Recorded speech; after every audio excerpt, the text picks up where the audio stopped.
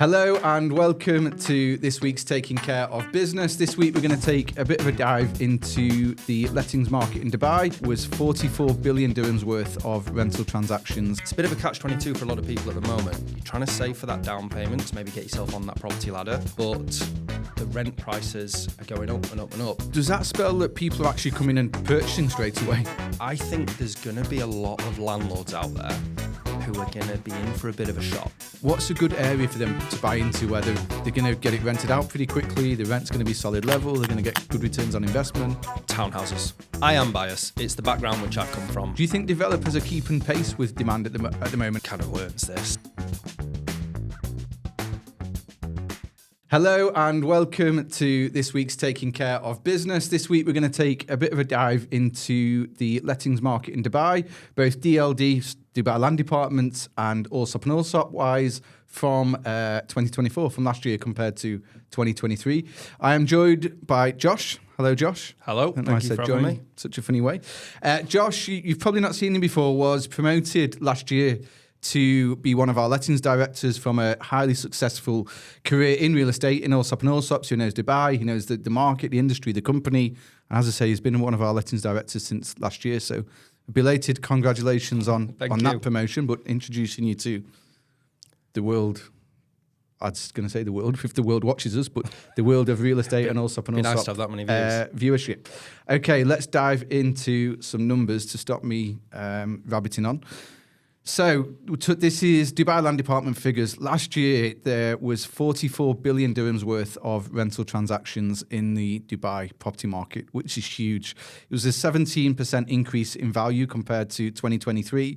But interestingly, the volume increased, the number of deals in the market, despite quite a large jump in the population, there's only 2% increase in volume. Yeah. What do you read into that? Do you know what? For me, looking at that sort of value that's come through the system, yet only such a small percentage of contracts going out, just shows where the price hikes are sitting. You know, we're seeing an average of around 20% across Dubai. So it just shows how much the price and the market is moving up and up and up. So that's on average 20 people's rental, the rental value of properties went up by about 20%. Yeah, roughly. If you spread it across the market, obviously it varies community to community, tower, whether you're in Emaar South or whether you're in downtown, it'll vary a lot, but roughly broken down, you're looking at 20% hike.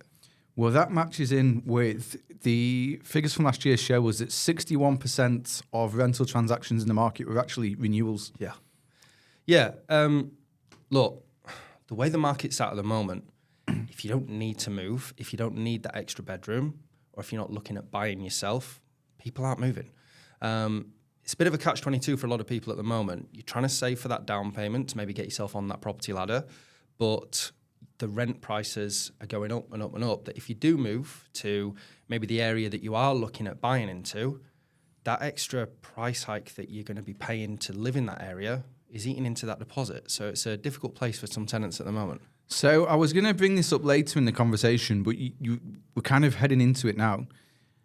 Tenants purchasing properties, how much of that does your team see? And I know that might seem an odd question because really with lettings team, you're thinking about tenants and looking for the new contract, but you're also dealing a lot with tenants that have been our tenants from previous years and properties that are going to become vacant soon and the landlord wants to re-let it. So how much of a trend are you seeing of people moving from tenancies to purchasing properties? Quite a fair amount. We get a lot of people coming back to us as a business. You know, they've dealt with us previously. We've maybe renewed contracts for them. We maybe found that property for them when they first moved to Dubai. So we get a lot of people coming back to us.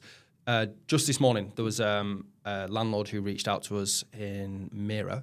His tenants have asked for only kind of a 6 or 7 month extension on their contract, and it's because the tenants are looking at buying.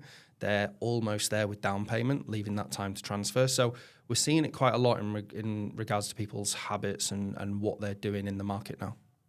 New contracts, just to throw some more stats out there early on, I guess. And we're talking about percentages, but just to put it into real numbers for people. So the volume of contracts in 2024, this is new contracts, was 209,635, which was an actual slight decrease in the value of new contracts in 2023 of 210,834.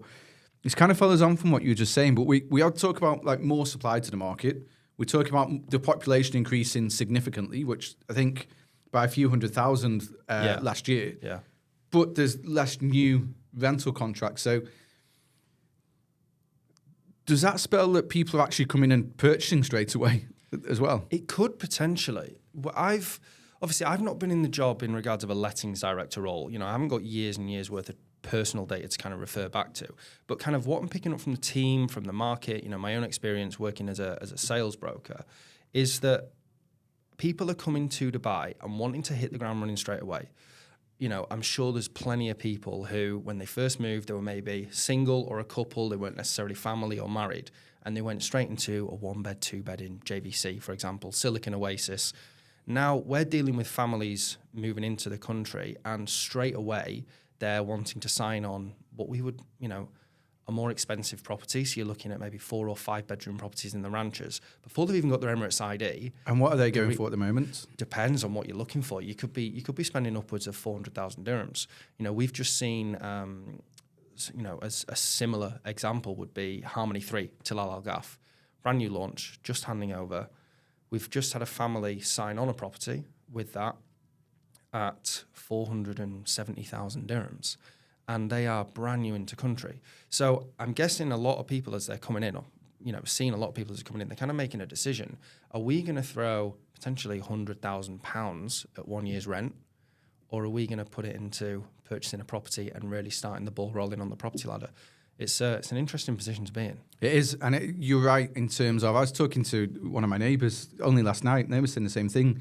Their rent's just over £100,000 for the year, and he's British, he relates it to pounds, but just under 500,000 dirhams, making exactly the same point. Like, how long can you continue doing that? It's a catch-22 for a lot of people, So that's what I would put down to. And the reason I want to talk about it is because people might see the volume only increasing by 2% and think, well, that goes against a lot of the stories we're hearing about, like, say, population increase, supply coming to the market, et cetera, et cetera. Yeah. But I think there is that new people purchasing property, and there's been a trend for so many years now of tenants, well, forever really, of tenants purchasing properties. But I just think it's a snowballing trend that gets bigger and bigger each year. More people leave tenancies. It feels like people are making bigger decisions earlier on in their time in Dubai. Yeah. Rather than leaving it for year 4, year 5 to either move into that big villa when you buy it or when you rent it. Seems like people are making that decision much earlier on. Agree. Another question I had, which is on the back of the news from, I think it's about 7 or 10 days ago, the new AI-powered rental index, which I think is great for the market. So instead of an area or community being covered by the same, it's not regulation, what's the word I'm looking for? Basically the same index in terms of how much a landlord can increase the rent or not. It's really narrowing it down per building, for example, if you're in the marina, per building. So it'd be a 2-bedroom in a particular tower rather than a 2-bedroom in the marina that the market's measured against in terms of the rental income, which then tells tenants what's a fair market value and gives a framework for landlords to be able to increase the rent or not, which means if you've got a premium property, it's not being, from a landlord's point of view, dragged down by other properties nearby that are going for a lower value. And on the flip side, if you're a tenant, something that maybe is a lower value compared to a premium property next door, the rent's not being bumped up because you've got a premium property next door. So that kind of gives a basis to it. But how do you think that's going to impact the market this year? Look, I think there's going to be a lot of landlords out there who are going to be in for a bit of a shock. When the numbers really start running, like I said, it's only been exposed to the market for the less than 2 weeks. I think there's going to be a lot of landlords that are going to be in for a bit of a shock where previously they're building, let's say the marina, for example, there are brand new buildings, some fantastic buildings there. There's also some buildings which have just been left and not maintained, the gym and the pool, the facilities available, they're just not there. I think it's going to be a very different marketplace in 6 months' time once this has embedded itself, because tenants are going to be more savvy with it. We see, like, we've got the data hub here. We see more and more landlords switching on and using that data. But you're absolutely right. It covers it as a blanket statement. Now that this is becoming really specific, it's going to be great for some landlords. They will be able to increase their rent by probably quite a bit. But I think there's going to be more a shock at the other end of the market where people go, oh, maybe my property's not worth as much as what I thought. Yeah, I agree completely. Yeah. And in terms of the data hub, obviously we're talking about that because it's our product, it's on our website.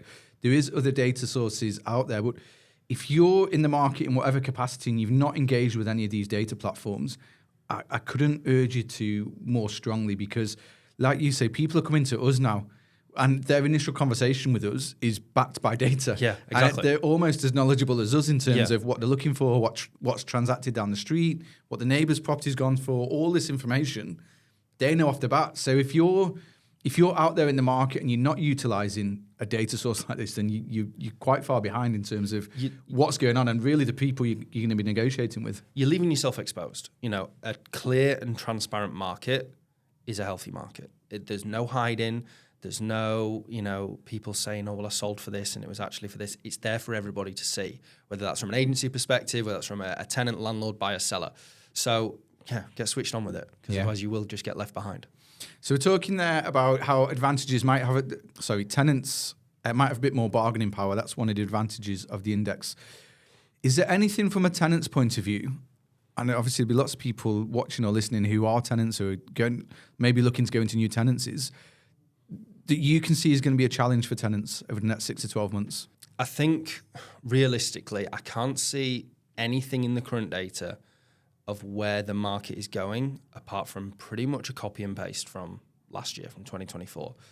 I can only really see the prices continuing to grow. And it is putting tenants in that position where, do we stay where we are, where we might have outgrown the property, outgrown the villa or apartment or whatever it is, and save a little bit longer to maybe get ourselves on that ladder? I think for me, looking at where we're at, I think that's going to be the biggest challenge for most people, is that decision of when do we take the plunge? When is it feasible for us? So just on the back of that, if our annual report is out, so our 2024 annual report is, again, it's a plug, but it is on our website. I'm looking now at the top transacting areas, and again, this is the whole market. So within the report, we've got Dubai Land Department data, and we've got Allsop and Allsop data, but I'm looking at the Land Department data, so the whole market data. Every single top transacting area has had a price increase last year. Some 6%. I think I'm looking now, 54% is the highest increase in price in one area over the course of 2024 compared to 2023. You can see in there that transactions in a few areas have actually dropped. So there's a drop in transaction level volume, but the rental amounts in the areas are still going up, which alludes to the point you made before. Yeah, it's just people aren't choosing to leave. If you don't have to leave at the moment, whether you've been served notice by your landlord or, you don't actually need to move out, people aren't doing it. So rental checks, which comes on the back of this conversation about price, is always a hot topic, and what's common in the market, what's the theme. What did you see last year in terms of how many checks people are paying? Minimal checks. Landlords have the bargaining power at the moment, so you're looking for an apartment, you're looking for a place to live. Landlords are asking for 1-2 checks. We're looking predominantly between 2 and 4 is kind of driving the market at the moment. That's continued as well. The one thing which I would like to add is that from my perspective and from what I'm seeing, just running the numbers over the last few months, we are seeing more and more landlords switching on to the use of direct debit and bank transfer.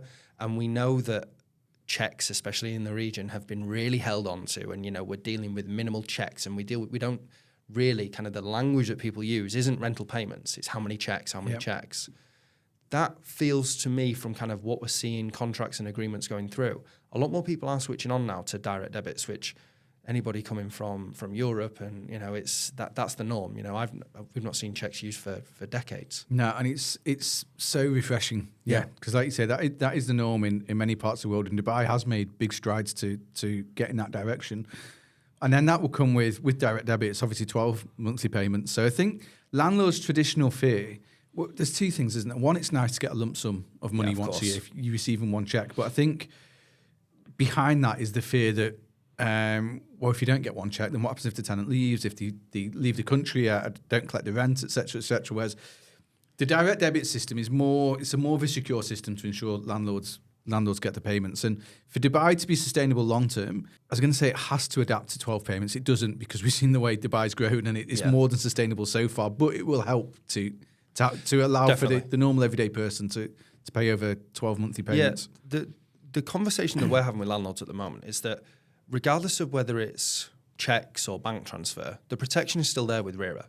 So if you are in a position where, the worst case scenario, your tenant doesn't pay, your tenant absconds, the protection is still there for you because it's covered under RERA law and under the contracts. So whether it's a direct debit payment or whether it's a piece of paper of a check, the end result should still be the same for the landlord when they go through that process. And mixed in with the announcement of the Smart Rental Index, which doesn't seem to have been picked up as much, was the fact that there will be credit checks on tenants, which I think from a landlord's point of view, well, actually two aspects. From a landlord's point of view will be great because they have that bit more security and peace of mind about the tenant's eligibility. But from a tenant who has a solid credit history, it's actually an advantage to them. Because it puts them ahead of maybe other people are competing for in a limited supply market to get a property. We, coming from the sales background, the one thing we would tell buyers in the market is get your pre-approval if you're buying with a mortgage from the bank before you find that home. Because when you put that offer forward, it's a bargaining chip for you. It's a way for you to negotiate. It's a way for you to potentially set yourself above the other offers that are on the table. It'd be exactly the same with the credit checks. If you are in a position where you have a strong credit history, how it emerges and what it looks like from a paperwork, from a system point of view, we're still kind of yet to see. But if there is something like a pre-approval with that credit check, then get it done, get it sorted, because these landlords, unfortunately, or depending on which side of the coin, fortunately, hold the power at the moment. They have the properties which are in demand with the people coming to buy, and they can charge the high prices. So if you're in a position as a tenant to set yourself ahead of potential other offers, put yourself in that positive place. Agree.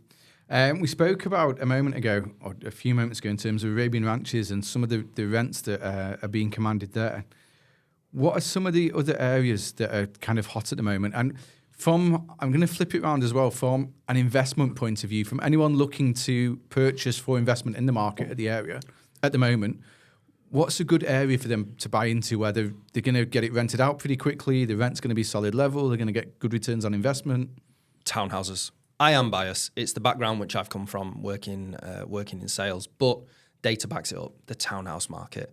If you're looking at investing a lump sum of money for that potential longer term yield, something secure that will just be filled every single year, townhouses. We've seen, last year 74% of all contracts agreed were in apartments. That wasn't because people didn't want townhouses. It was simply because the availability isn't there. So talking specific areas, where would I be looking to invest my money? Town Square. There are new launches planned pretty much every year for the next 3 years. We've got the Maya townhouses due to hand over Q3, Q4 end of this year. Town Square is an area which was for many, many years like under 2 million purchase price. You're looking at under 100k rent. Fast forward a couple of years, you're looking at a solid 150 to 250 depending on your property, and you're looking at 2.5 to 3 point something million for purchase prices. So it's a really, really growing area. I'd put my money into Town Square. Other areas, we've got new launches, new handovers planned this year. We've got like 40 to 50,000 units planned in the market. Whether they turn up on time is a different matter. But Al Raneem in Moudon, townhouse community, it's going to be filled. It's a fantastic family area. That's where I would be looking at putting my money, because the demand is going to be there. We've got all these people coming to country. They're bringing the families with them. And there just simply isn't the supply to keep up with it. So would you really then, reading between the lines a little bit, I know you highlighted a couple of communities, but you're not too community specific. It's the townhouse market in any community. If you can get yourself a townhouse by a reputable developer, there's plenty of them in the market at the moment, I think you're a fairly safe bet. A lot of people are nervous purchasing in the secondary off-plan market because they think, oh, well, I'm just paying the premium for the person. You missed the boat, accept it, put your money into it now, because the price that you're paying now in 2-3 years' time when you're collecting a rental yield will be, you're going to be sat on a very, very healthy amount of profit on it. Obviously, you don't want to be silly with it and pay a crazy price, but that's why you work with good agents. So you spoke a minute ago about 50 to 60,000 units handing over this year. A question I've got, which, given those numbers, might sound like a daft question, but do you think developers are keeping pace with demand at the moment, and like future projected demand based on future projected population increases? Well, Carl and Lewis mentioned it last week. I think potentially the developers are looking at not necessarily scaling back, but maybe focusing on what they've got currently out in the market, as in under construction, rather than necessarily the next launch, the next launch, the next launch. We know that developments, 90% of the time, there is always some aspect of delay with it. So what actually hands over this year versus what's forecast will be, there'll be some discrepancy there, but it's more the fact that within the next 12 to 18 months, we are going to have a significant amount coming to the market. That I don't think will, I think all it will do is maybe get to the line we need it and not working at the kind of future projections coming in. So what it looks like with planned launches over the next few years will be exciting to see. Wait and see. Okay, people always like to know some tips, I feel. Okay. So, and especially in light of, any landlord, but then you were talking quite heavily about newly handing over communities, in which case you could have a whole host of townhouses, villas or apartments in one go, handing over to the market, of which a proportion could go to the rental market. Obviously, we know people buy to invest. So what 3 tips would you give to a landlord to be competitive in the market? First thing, make sure your property's ready to rent. And what I mean by that is it doesn't have to be upgraded, but a simple paint of the walls and freshen it up will do wonders, okay? Second thing, work with a trusted company and trusted agency like ourselves.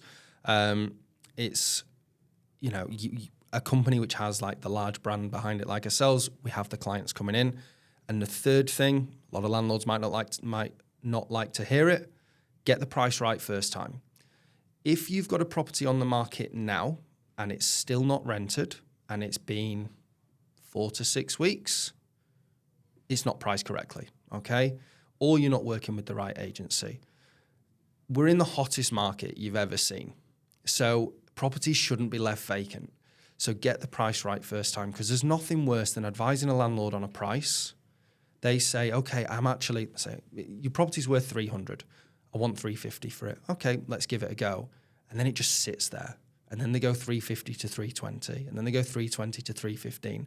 And they end up potentially paying 3-4 mortgage payments where they've not had any income, and they take 300. And people will be surprised how quickly a property attracts stigma in the market. I've heard that one, every agent tells me about that one. I've seen that online for weeks now.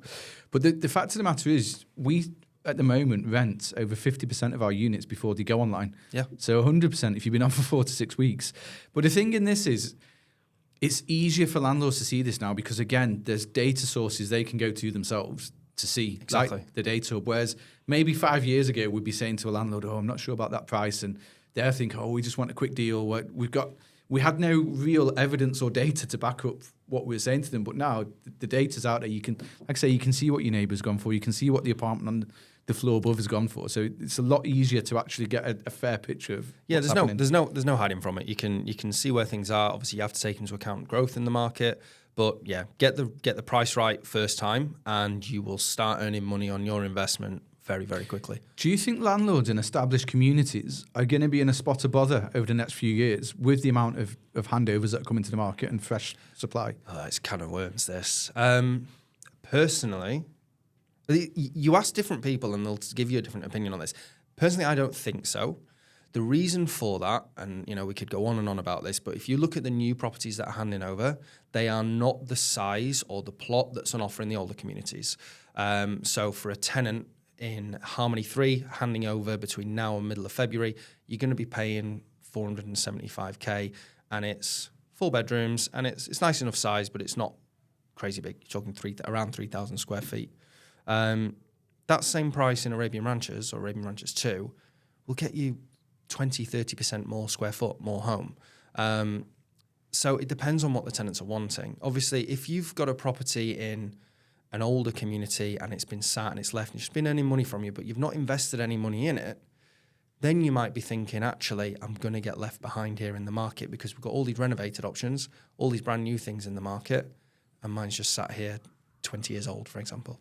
I agree with that because we see that a lot now in the market. We've already starting to see landlords being left, well, we say left behind, but we're seeing landlords command less rent. So I guess that is being left behind because of the condition of property. But on the flip side to that, Something I also feel in some of the established communities, it's actually harder to get a rental property now because of the amount of people that are purchasing properties and buying in these communities. If you go back 8-9 years ago, and I know we spoke about the ranches a couple of times, even 5 years ago, there'd be a lot of rental options in the ranches.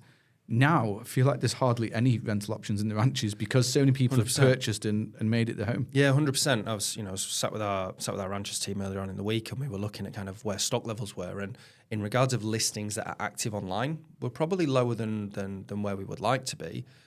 But as you highlighted before, nearly 50% of our business that we do in the rental market is gone before it even gets to that stage. So we're still busy with things coming in and out, but in regards of things going online, looking through the portals, there's not a great deal of choice. So that's why you need to be reaching out, getting in contact with the agent in the area, because they'll let you know about things before they even hit the market. Well, you've kind of preempted my next question. So obviously we talked about tips for landlords, 3 tips for tenants in the market. I guess that's one straight off One of the them, bat. reach out to the area specialist, okay? Reach out to them, let them know what you're looking for, requirements, be as open and honest and transparent as you can. The more the agent knows about what you're looking for, the quicker or the easier it will be to filter it down and really find that home. Second thing, although it might go against the first one, would be willing to compromise, okay? We've all got a list of 10 things that we would love in a property, okay? Whether it's private pool, large plot, don't want it back in a road. Realistically narrow it down to kind of 3 non-negotiables. Must be within X driving of work or school, and then add a little bit of flexibility in it because, like we said, there's not loads of options in the market, so add that sense of flexibility for you. And kind of the third one would be try, if you can, a lot easier said than done. If you're going into communities like Dubai Hills, Arabian Ranches, Damac Hills, it's very unlikely you're going to get a landlord who's going to accept 12 checks, okay? So if you can make your payments larger, down to 4 checks, 3 checks, 2 checks, you're going to be in a little bit stronger position because most landlords at the moment, they're commanding that, 1, 2 check, 3 check deals. Do you think that the face of the rental market is changing or the face of tenants' demands from the market or expectations from the market are changing? Not personally, no. I don't think so. I don't know. Is there something that you've spotted? Something that anything in particular? I was thinking more about like lifestyles of communities. Oh, okay. We've seen the way developers are kind of launching these new communities. Everything's about positive, healthy lifestyle and green walking tracks and parks and pools on every corner. Maybe the demand is there for it. It's going to be interesting when we start to see these communities grow and hand over more.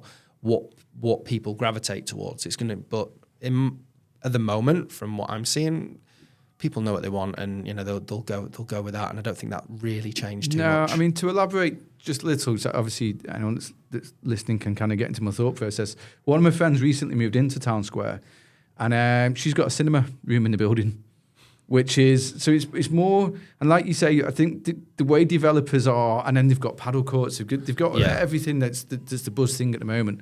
So the way developers are building these communities now is more a question of like, are tenants demanding more of these kind of amenities, and therefore maybe some of the older communities or older apartment blocks are getting left out a little bit? Yeah, definitely. Especially when you do compare, the facilities on offer in a townhouse community versus a new building in downtown or Marina.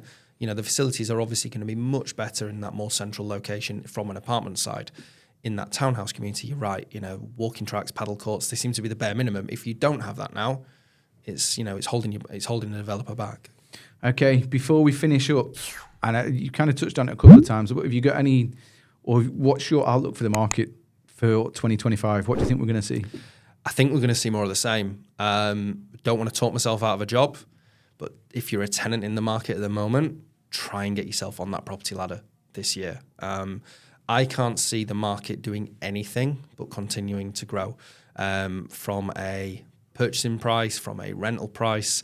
We are going to see a lot more properties come to the market in that, particularly in the townhouse communities. I don't think that's going to curb it. I think we're just going to continue to see price increase. Good. Really good. Josh, thank you very much. Thank you very much for having me. No, more than welcome. Thank you, everyone, for tuning in. I hope you liked it. If you got any questions, comments, anything at all, please leave a comment. Please like, follow, subscribe in all the usual places. Thank you.